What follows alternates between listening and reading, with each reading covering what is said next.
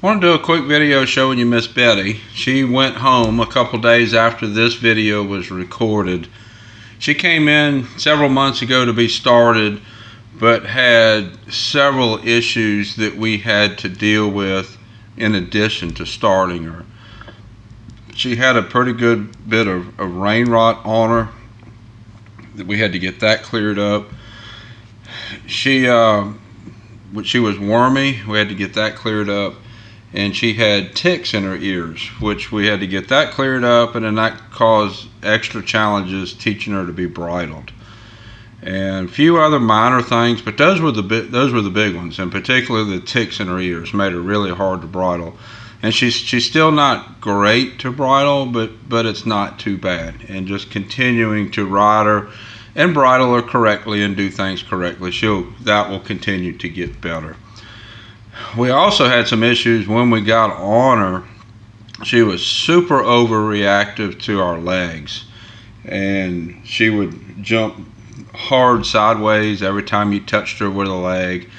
So we had to do lots and lots of work with that despooking with our legs. And she would ride good for a while, and then all of a sudden it's like our legs would scare her. So that was a really big hurdle that we had to get over. So it took the actual starting her wasn't too bad, but these other things that you don't normally run into were pretty big issues that did slow down the whole process. But in the end, she has turned out to be a nice horse, a really nice horse. She's steering around nice, walk, trot, lope nice. We pushed some cows around with her, rode her out back. Just a lot of things, getting some miles on her while we were working with those other issues. Years ago, I'd had the vet tell me that when I have a horse that has a lot of ticks, he had told me to dust them with 7 dust like you put on your rose bushes. And that worked really good. But when Miss Betty came in and I went to get 7 dust for her, I realized that the active ingredient in 7 dust has changed, and it's not what it used to be. So getting the ticks cleared up, I had to experiment a little bit, and we ended up using several different things, some fly spray, EquiSpot, some roll-on repellent that we put in her ears, and some things like that. We never did have to twitch her to pull the ticks out of her ears. We were able to get it cleared up with medication. I'd rather not twitch them and pull it, because I think that creates other issues with them not wanting to have their ears touched.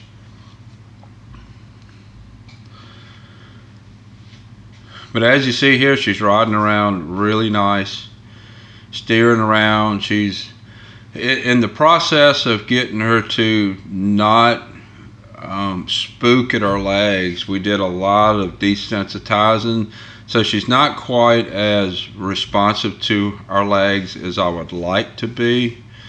But the other side of that is I think taking her that direction to fix the problem, and then gradually she can get reintroduced to or resensitized to some leg cues.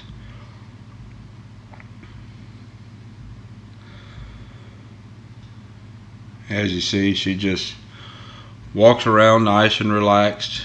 We weren't able to get any loping video in this loping in this video, because I don't like to lope in this small arena. But there's some trotting that we did with her in a little bit, and just really nice,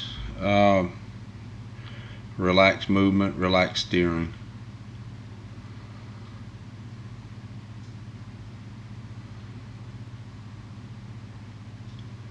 So if you want to see some her playlist, I'll put a link to it here at the end on YouTube.